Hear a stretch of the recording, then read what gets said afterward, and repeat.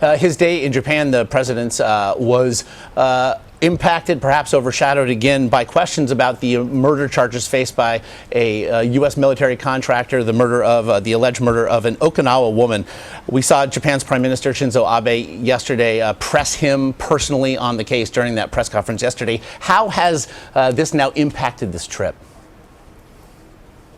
Well, look, Japan's Prime Minister Shinzo Abe is under a lot of pressure economically, politically right now. He really had to respond to these kind of public protests that you've been seeing in Okinawa. You had thousands of people in the streets over the weekend. And so he was really reflecting and communicating that frustration. There are many people here in Japan who feel that over the years, the immense American military presence here has been allowed to sort of act with impunity, and that the laws they feel don't apply fairly to them. Now, the president and Ambassador Caroline Kennedy, who I just spoke with, said that's not the case. When it comes to this murder or alleged rape and murder, this individual will be prosecuted in the Japanese court system. You know, this is a terrible, terrible tragedy, and I think that I think it's important to understand how deep this, you know, and how big an issue this is here in Japan. But I think the important thing is that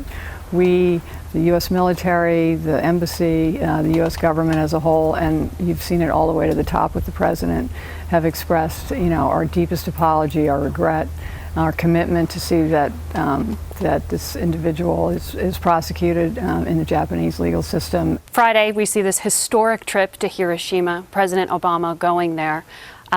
What do you think the reception is going to be to have an American president going to the site of the first nuclear bomb drop and not apologizing? Well, I think that it's hard to really understand the depth and the importance and the historic nature of what is going to happen tomorrow. I think that the people of Japan are deeply, deeply grateful to the president for making this effort and making this visit.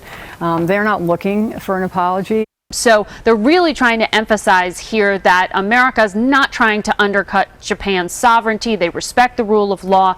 Those 50,000 U.S. troops that still remain in this country are going to be watched more carefully, and try to reassure them that these kind of military footprints aren't a threat to the community. But it's hard. There's some resentment here, Josh. Margaret Brennan traveling with the president in Japan. We appreciate the time.